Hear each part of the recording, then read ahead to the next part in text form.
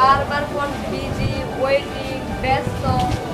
তুমি তো জানোই আমি ব্যবসা করি, ব্যবসার ক্ষেত্রে বিভিন্ন লোকে ফোন দেয়, এজন্য নাম্বার। সেটা তো ঠিক আছে, কিন্তু তুমি তো এটাও জানো যে আমাদের কয়েকদিন পরে আমাদের বিয়ে হবে। তাহলে এই সময় যদি আমি তোমার সাথে একটু কথা না বলতে পারি তাহলে আমার এটা কেমন? হ্যাঁ সময় দিব, কিন্তু সময় তো পাচ্ছি না আসলে, এখন এই ব্যবসায় চাপ পড়ে গেছে তো, সবাই বিভিন্ন লোক ফোন দেয়। ঠিক আছে, আর কোনো অজুহাত দিতে হবে না, ঠিক আছে? আমি বুঝে গেছি যে তুমি আমাকে কতটা ভালোবাসো, কতটা ঠিক আছে।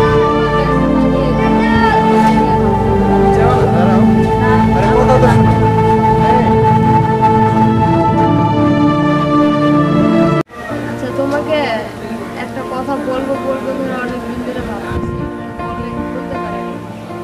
তুমি তো আমার সাথে বিয়ে করছো, তো আমি তোমার কোনোদিনও কোনো কথা অবাধ্য হইনি, আজকেও হব না। কিন্তু আমি শুধু তোমার একটা কথা জানালাম যে সানুর ছেলেটা বেশি একটা ভালো না। তুমি যেটাই বলো, সানুর অনেক ভালো ছেলে, সানুর অনেক বড় লোক, টাকা পয়সা অনেক ইনকাম করে, ওকে দিয়ে বিয়ে দিয়ে দেবো, আর তোরা অনেক সুখে শান্তিতে সংসার করবি, তোরা অনেক সুখে থাকবি।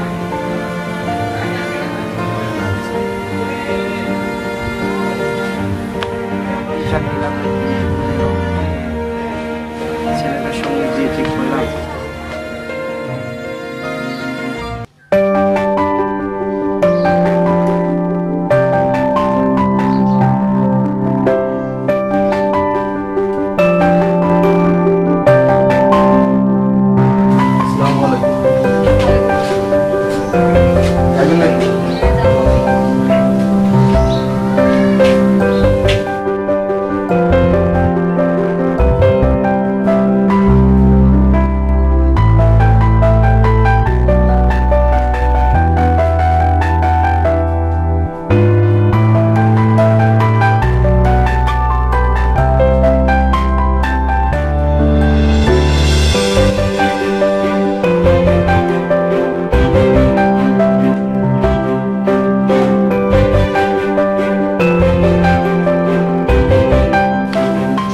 অনেক সুন্দর, আমি যদি ধনির দুলাল থাকতাম তাহলে তাকে ভালোবাসার প্রস্তাব দিতে পারতাম।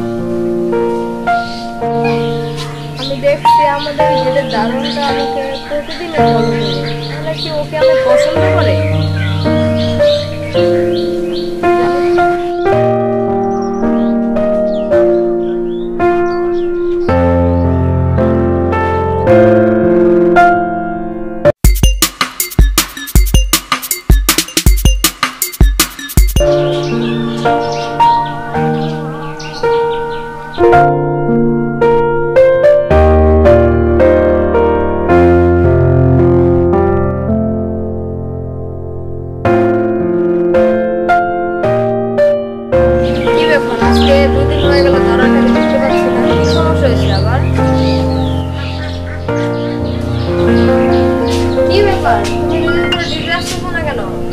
অনেক জ্বর, আমি কিভাবে আসবো?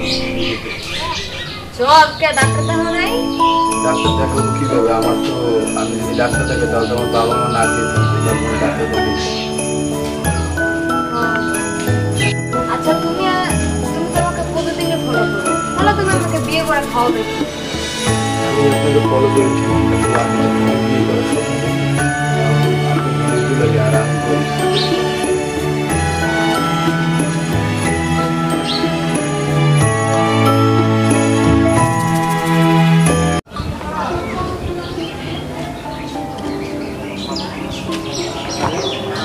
তামিউল, ডাক্তার বলছে নদীর দুইটা কিছুই নষ্ট হয়ে গেছে, 3 দিন ধরে বিছানা থেকে উঠতে পারছে। তুমি তো একবার দেখতে গেলে না? আসলে ভাই আমি তো ব্যবসার কাজে অনেক বিজি ছিলাম, সেজন্য আমি যেতে পারি নাই। যদি এখন আবার বড় এক ব্যবসায়ী আমাদের ফোন দিছে, এখন তার সাথে দেখা করতে যাবো। ভাই আপনি যান, আমি বিকালবেলা আপনাদের বাসায় গেছি। আচ্ছা ভাই। নদী যে আমারে বলছে সামিউল ছেলেটা ভালো না, আসলে এই কথাটা একদম সত্যি কথাই বলছি।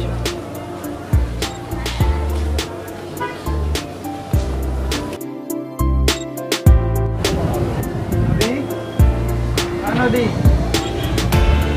ওই ভাই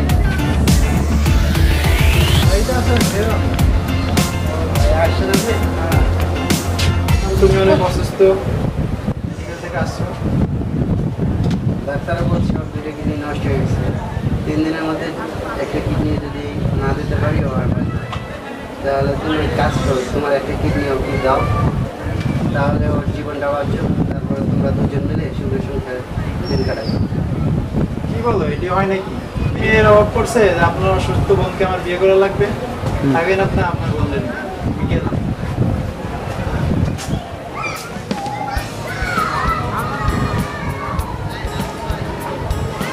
দেখছো দাদা, সামনের কত খারাপ একজন ছেলে। আমি তো আগে বলেছিলাম যে ও একজন ভালো ছেলে না। আচ্ছা তুই কোনো চিন্তা করিস না, আমার যত জায়গা জমি সম্পত্তি আছে সব কিছু দিয়েছে, হলেও যেভাবে হোক আমি তোরা বাঁচাবো। না, সেটা করার দরকার নেই। আমাকে কিডনি দেওয়ার আরো একজন মানুষ আছে, আমি বলবো কি তার না? কে সে? তুমি যাও আমাদের গেটে, ওই গেটের দারোয়ান আমার জন্য সব কিছু করতে পারবে। আচ্ছা দেখছি, আমি যাচ্ছি।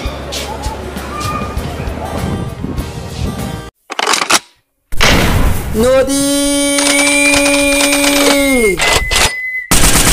নদী নদী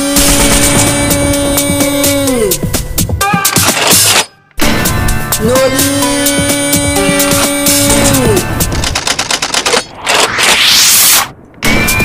নদী